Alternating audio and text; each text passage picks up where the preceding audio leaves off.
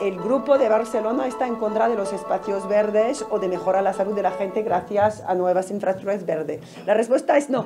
No estamos en contra, estamos en favor. Muchas de las investigadoras en el grupo son epidemiólogas. ¿Os acordáis de los epidemiólogos con el COVID, verdad? Que miran el impacto de un factor de cambio en la salud. Pues en este caso tenemos epidemiólogas que han comprobado con su investigación el importantísimo impacto de las zonas verdes en la salud, y entonces defendemos esto, defendemos, como tú decías, no tener que escoger entre espacio verde y tener que irse del barrio. Lo que queremos enfatizar es que el verde no se puede hacer solo, no puede ser una política de un departamento, de una agencia de espacios verdes, de Spiceverse en Barcelona. Tiene que ser una política mucho más transversal y mucho más integrada con vivienda, como lo decía también Antonio, como lo decíais vosotras, y también con transporte público. Entonces, aquí ya este punto lo podemos cerrar. Bueno, ¿quiénes somos? Entonces, somos un laboratorio de investigación que trabaja a la intersección de planificación urbana, geografía, salud pública y economía política, y nos centramos en intentar entender los procesos de cambios urbanos, las mejoras urbanas que pueden también tener impactos negativos a nivel social y a nivel de crear o amplificar las desigualdades existentes. La pregunta que nos motiva es simple. ¿Podemos construir ciudades saludables, verdes y climate responsive, es decir, respondiente al clima para todas y todos? ¿O tienen estas ciudades que ser ciudades excluyentes de privilegios por clase y por raza? Y es uno de los retos que a través de varios tipos de estudios estamos intentando, bueno, contrarrestar, digamos. Lo que quería poner en la mesa es que tenemos varios tipos o varias etapas de injusticias verdes. Es decir, que por una parte tenéis un green divide, tenéis una división verde que llamamos en inglés, entre aquí, por ejemplo, a la izquierda, el Parc del Turó en Barcelona, zona muy alta, muy blanca, encima de Diagonal, y por otra parte el Parc de la Trinidad. Históricamente antes no había parque, se construyó a final de los 90, y mucho mejor obviamente para los vecinos, pero sí que está también mezclado entre varios corredores o cinturones de autopistas. Es decir, una división del acceso, de la calidad del acceso al verde por tamaño, por calidad del mantenimiento, por también calidad de la biodiversidad, por clase, por raza, en varias ciudades. Y esto obviamente, no sé si lo veis, sí. Esto obviamente tiene impactos en la salud y crea desigualdades en la salud, porque sabemos la importancia de los espacios verdes para, por ejemplo, mejorar la calidad del sueño, o por otra parte, evitar muertes durante olas de calor. Por ejemplo, este estudio a la derecha que dice que el 30% de las muertes que están atribuidas a las olas de calor en verano podrían reducirse con un 30%, con un porcentaje, un 30% más de árboles de canopia verde en las ciudades. Entonces, obviamente, el verde es súper mega importante. Sobre todo, entonces, si lo añadimos, como decía Antonio, al factor de riesgo climático. Es decir, que aquí tenemos unas injusticias verdes que son muy amplias, que, digamos, aquí llamamos como una cuádruple injusticia climática en la salud, porque históricamente los barrios más vulnerables han estado menos contribuyendo al cambio climático, son los más expuestos a los impactos. Me imagino las olas de calor y las sillas de calor que hay aquí, por ejemplo, en Vallecas, con poca infraestructura verde. Tienen menos capacidad y financiera o estructural de adaptarse a los impactos, y esto a la derecha es donde vamos con la charla, con el debate de hoy, son más expuestos a estar desplazados por las infraestructuras que las ciudades ahora nos están planteando como solución al cambio climático, que es la gentrificación verde. Entonces, estos son espacios tradicionales de estas injusticias ambientales que os comentaba, que es una plaza que se llama Ángel Pestaña, en el barrio de la Prosperidad, un barrio obrero de toda la vida en Barcelona, donde, entre otras iniciativas, esto no es la Prosperidad, es al lado, donde hay muchos metros cuadrados de calle que se está intentando destrozar literalmente para cambiar, ¿no? Quitar el asfalto para poner espacios verdes que pueden tener varios beneficios para la salud.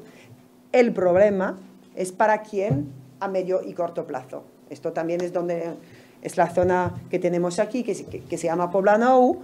Pues al lado de Poblenou veis la destrucción de todo un tejido urbano obrero, casas baratas, lo que las llamamos casas obreras, que están sustituidas por rascacielos. Entonces, esto es el proceso ahora que vemos que es la segunda etapa, digamos, de injusticia verde. Es decir, no solo es un pasado de injusticia en términos a quién ha tenido mejor acceso a parques, por ejemplo, o a huertos comunitarios, o a ríos limpios, etcétera, etcétera, es una nueva dinámica.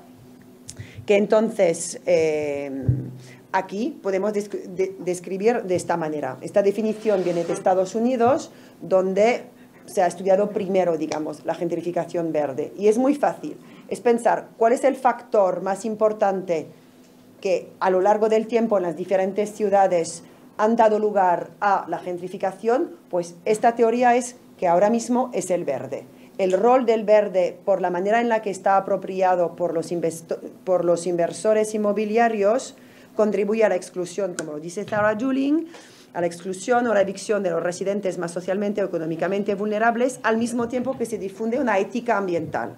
Muy importante, esta ética que dice que el verde cumple una serie de requisitos para el cambio climático, para la salud, para la relación social, para el desarrollo de los niños, todo lo que queráis, ¿no? Y entonces este proceso de gentrificación verde está insertado, quizás un poquito menos en Madrid, pero en muchas otras ciudades donde, digamos, el compromiso ambiental, podremos decir, es un poquito más fuerte, en una misión verde, a green mission. Es decir, esto es una fotografía modificada, un rendering de Boston, una ciudad donde hice mucho de mi investigación, donde hay 75 metros cuadrados de todo el litoral que está proyectado por ser verde, para enfrentarse a la subida del nivel del mar y para también enfrentarse a inundaciones. Entonces, es una misión verde que supuestamente tiene grandes valores y que está también proyectado en diseños, en una estética muy específica, que también no es la infraestructura y no es la estética del barrio de toda la vida, está totalmente todo aseptizado, que es también lo que vemos en Boston. Y entonces al final, ¿qué vemos? Una paradoja verde. Es decir, que al final, en vez de supuestamente mejorar el acceso a verde en zonas que históricamente no los tenían, que es mucho del discurso, ¿no? En Boston es también lo que tenemos, en Barcelona es también lo que tenemos, al final divides el acceso a naturaleza o lo incrementas la división, la segregación en el acceso a la naturaleza por procesos de desplazamiento, porque hay un proceso de especulación inmobiliaria. Os quería enseñar algunos datos, ¿no? para también un poquito demostrar qué está pasando en el terreno, cómo se identifican estos impactos. Y entonces es esta evaluación entre el verde y la gentrificación. Primero, el impacto del branding verde, es decir, de la publicidad verde en una ciudad asequible o menos asequible. Lo que hemos visto es que muchas ciudades están aplicando a competiciones, a diferentes premios, a diferentes awards, ¿no? Como los llamamos, como estos aquí, ¿no? Green Cities Europe, European Green Leaf, European Green Capital Award, World Green City Award. Es decir, hay un ranking de ciudades por quién es la ciudad más verde, más livable. Vancouver siempre está on top, ¿no? Primera. Segunda, muchas veces Copenhagen. Y entonces, cuando después también intentas entender, pues, qué está pasando en realidad en estas ciudades que tienen un branding verde tan grande, ¿no? Que dicen, toda la gente va en bici, toda la gente tiene acceso a un parque a menos de 200 metros de su vivienda, todas las personas tendrán un refugio climático a 5 minutos a pie de su piso.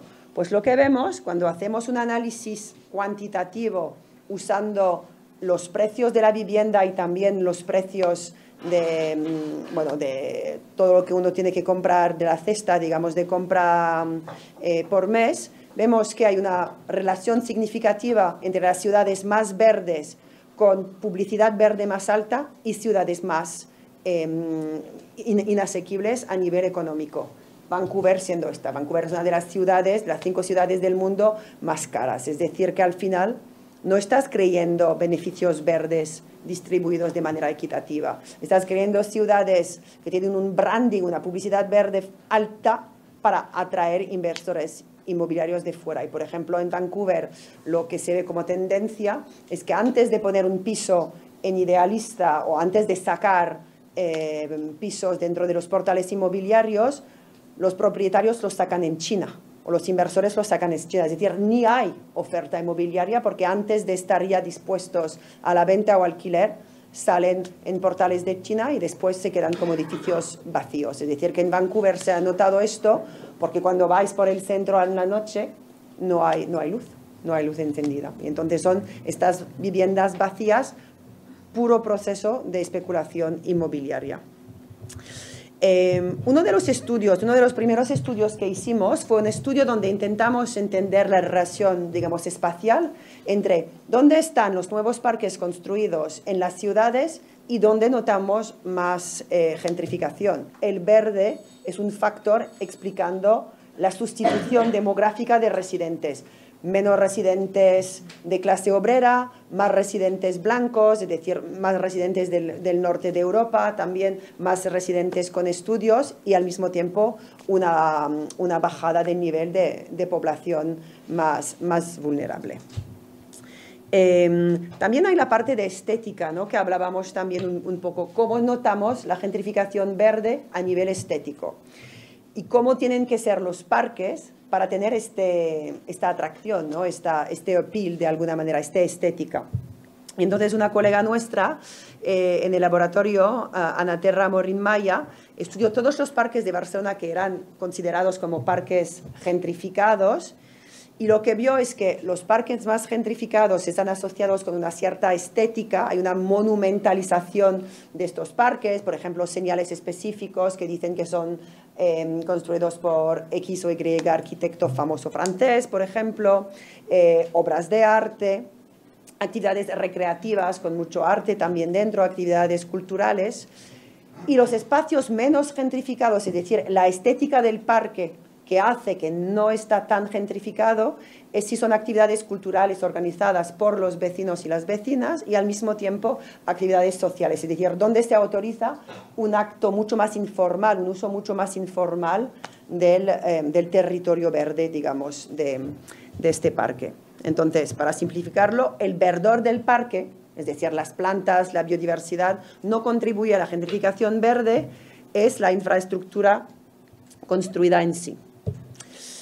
El estudio más grande que os quería compartir es uno que tiene que ver con un estudio más global, de 28 ciudades en Europa y en Estados Unidos, donde hemos tomado todos los tipos de verde que se ha construido en estas ciudades a lo largo de los 30 últimos años, de los 90 a finales de los 2010. Cogimos, o digamos, identificamos en los mapas dónde están los parques, los jardines, los huertos, las áreas recreativas y los corredores verdes y añadimos años de creación, años de inauguración. Y dijimos, vale, sabiendo cuándo X parque fue construido, qué pasó alrededor de este parque a nivel de sección censal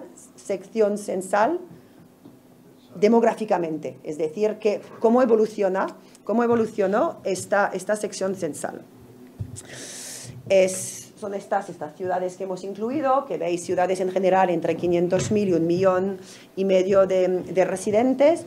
Entonces Madrid está fuera porque está demasiado grande, digamos, era demasiado grande. Y ciudades con trayectorias diferentes, que esto es importante, es decir, ciudades en proceso un poco de crecimiento o de caída industrial, ciudades que han ido creciendo de manera económicamente fuerte en 30 años y ciudades que hacen un poco la ola, ¿no? Y lo que vimos es que en el 70% de los casos hubo una gentrificación verde a nivel de toda la ciudad. Es decir, es un estudio más potente que el de Barcelona porque tomas toda la ciudad entera y, digamos, intentas entender y controlar tu análisis mirando otros factores. Es decir, quizás hay otros factores que explican la gentrificación. nuevas líneas de metro, nuevos carriles bici, la distancia al centro o proyectos inmobiliarios. Y aquí vimos que en todas estas ciudades podemos ver que el verde tuvo un impacto en la gentrificación. Y también es importante entender que gentrificación no solo medimos un factor de cambio a la vez, hicimos un indicador que miraba todo al mismo tiempo, porque no entendemos la gentrificación solo como una subida de precios de alquiler, la entendemos también con este factor, digamos, de inmobiliario, pero también la composición demográfica de la población. Y entonces, aquí tenéis tres tipos de casos.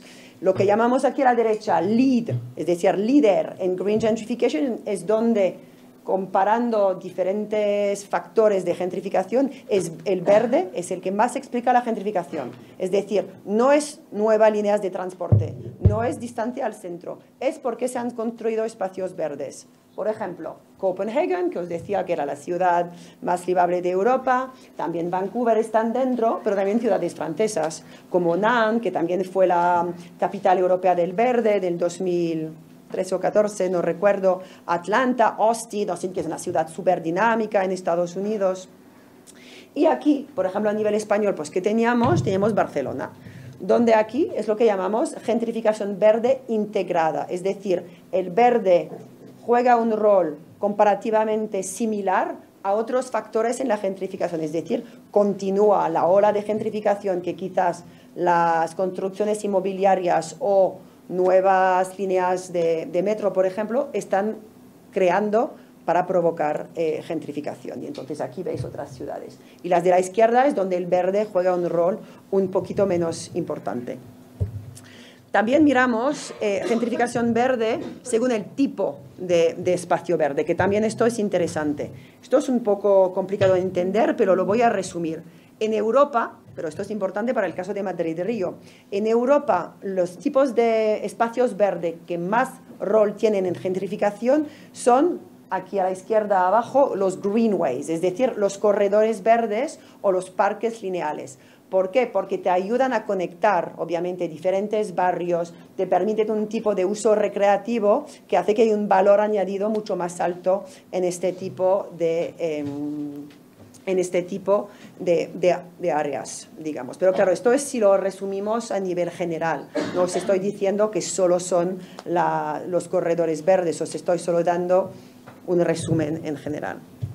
Y último caso que os quería dar es también entender la percepción de la gentrificación verde cuando tú eres una familia, por ejemplo, que vive al lado de una zona gentrificada y donde ya no tienes acceso al verde. Entonces aquí en Barcelona preguntamos en dos barrios altamente gentrificados, aunque uno un poquito menos que el otro, Poblenou menos que Sant Pere Santa Catarina, y preguntamos esto: ¿cómo está afectando la gentrificación verde al bienestar de las familias? Y lo que vimos son impactos muy claros. Un uso menor del verde y una percepción peor del espacio verde por las familias viviendo en situación de gentrificación verde avanzada, que es el centro de Barcelona. Una pérdida de cohesión social, una pérdida de sentimiento de identidad y de pertenencia al lugar y, en general, un sentimiento de que las personas están expulsadas a la vez de manera sociocultural, digamos, tu barrio ya no te pertenece y el espacio verde lo tienes al lado, todavía no estás desahuciada, pero ya no vas a usarlo. Y, por ejemplo, esta parte aquí abajo el Pou de la Figuera, la gente ahora lo llama la Plaza Negra.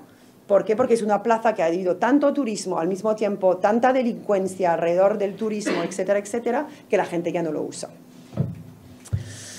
Acabo también muy rápidamente sobre el caso de Poblenou, volviendo a otra zona de Poblenou, porque es importante dentro del contexto de los últimos, digamos, 3-4 años de respuesta climática fuerte que ha tenido Barcelona gracias a diferentes proyectos de corredores verdes. Bueno, conocéis las superías, las supermanzanas, etc. Y ahí la gente tiene un poquito como lo describíais, ¿no? Una relación muy conflictiva con el lugar. Es decir, que por una parte valoran, esto es bueno, vuelvo un poco al principio, ¿no? Que el valor verde sí que es importante, pero ya sienten desahucios, desplazamiento de gente que incluso ya se va porque dice, pues ya veo lo que ha pasado en otra escala. Es decir, hay todas estas olas verdes y de gentrificación en la ciudad y al mismo tiempo temen más desplazamiento. Es decir, este riesgo y al mismo tiempo es la experiencia de la expulsión. Y por fin lo que ven es que también hay una pérdida de espacios verdes informales, que también esto es una parte importante de la gentrificación verde que hay que ver, por ejemplo, en barrios obreros donde han habido más huertos comunitarios, parcelas de agricultura urbana. ¿Qué pasa con estas parcelas? Ya no es la estetización que os decía al principio, es un uso informal, dices guarro, hay perros que mean, no sé qué, no sé cuánto. Pues estos espacios que tienen un impacto tan alto también en la salud porque permiten un refugio, digamos, a las personas que no tienen huerto en su casa, que son todas en las ciudades, pues también pierdes, ¿no?, espacios verdes informales. ¿Dónde vamos, no? Desde aquí, es decir, en un escenario un poco negativo, que vemos que son soluciones o de alguna manera alternativas un poquito más justas para una ciudad verde. Aquí lo que hemos visto en nuestra investigación es que necesitas un equilibrio, una combinación entre políticas antidesahucio y, por otra parte, políticas de inclusión del verde. Es decir, no puede ser un verde tan estetizado, un verde de arriba a abajo que te cambia totalmente la estética del barrio o el uso o la pertenencia al lugar que tú puedes tener. Hemos sacado un informe hace 1 año y medio sobre esto que está en inglés, pero que es fácilmente accesible, digamos, y que también tiene algunas partes traducidas al castellano, donde vemos 2 aspectos. Entonces, antigentrificación y desplazamiento, ¿qué vemos? Vemos que hay acciones obviamente a nivel de alquiler, es decir, una construcción de vivienda pública de alquiler fuerte, fuerte y masiva en un país donde solo creo que hay el 2% aquí en España de vivienda social o protegida. Hay también lo que llaman un banco de tierras, es decir, que si tienes muchas parcelas vacías en una ciudad, es un órgano específico del gobierno que las puede manejar y que la puede redesarrollar como vivienda protegida.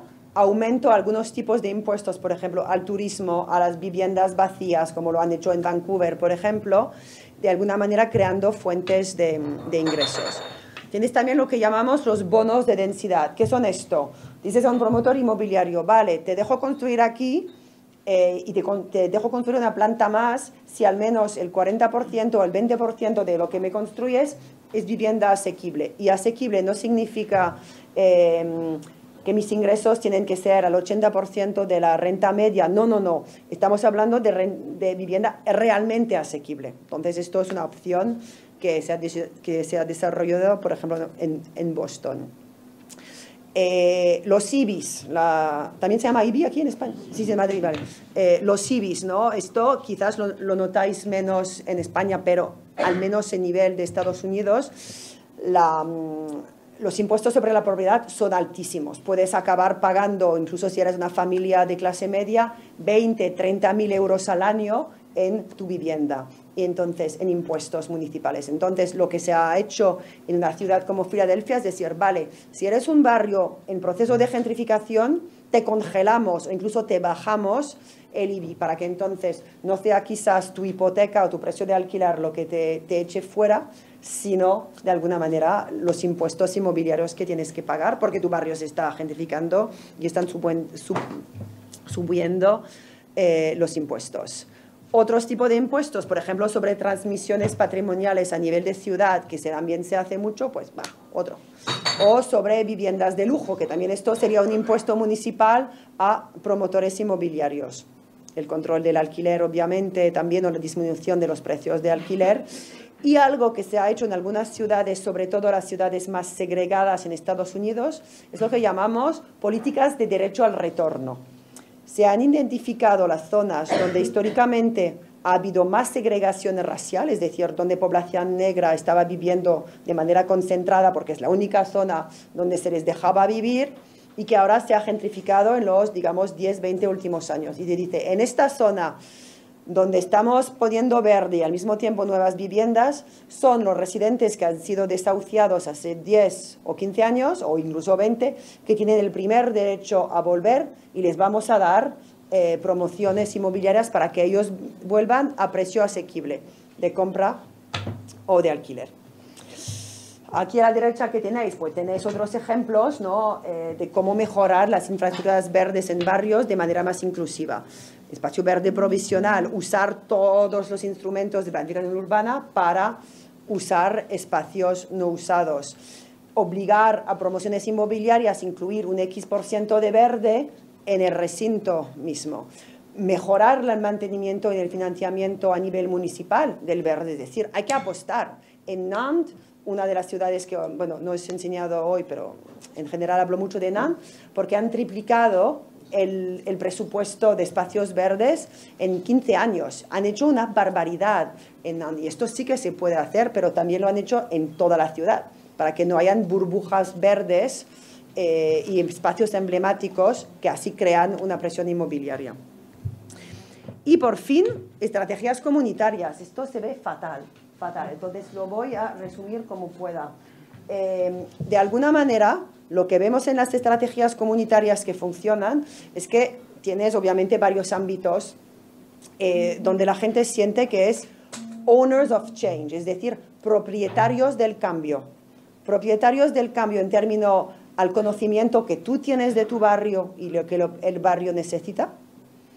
Propietario también de las inversiones que tú quieres en tu barrio y también de los jobs, ¿no? de los trabajos que llegan a este barrio, y también propietarios del verde, owners of change, propietarios del cambio. Y entonces aquí donde se trabajan es en varios tipos de vivienda asequible, también un trabajo importante de formación política, porque en la población racializada, especialmente en Estados Unidos, hay muy poca formación política, en, por ejemplo, cómo se otorgan licencias para construir, cómo se pueden revocar, cómo se puede controlar las viviendas de turismo que se están alquilando sin permiso, etcétera. Toda una formación para justamente crear agentes de cambio que políticamente pueden tener una incidencia. Y concluyo aquí, es mi última diapositiva. Sí que la renaturalización verde es imprescindible en todas las ciudades. Es verdad que hoy estaba caminando por Madrid y digo, hay muy pocos árboles. Me estaba un poco... Tenéis el retiro, pero digo, oh my God, aquí hay pocos árboles. Entonces sí que son vitales para el clima, la ecología y la salud, pero claro, tenemos que primero ir también antes de que se construya el verde, antes de que se planifique el verde, antes de que se anuncie el verde, porque el efecto anuncio ya moviliza y pone un poquito de adrenalina en los inversores, ya tenemos que tener políticas estructurales contra las desigualdades, que esto es obvio y no estoy dando ninguna información nueva. Muchas gracias. Os animo solo a ir a una página web que se llama The Green Divide, bueno, que es un documental nuestro que está en varios idiomas. No tenemos mucho tiempo para quizás enseñar un video hoy, pero hay varios videos de ciudades en el mundo donde hay gente que está luchando contra estas desigualdades verdes, incluyendo Barcelona.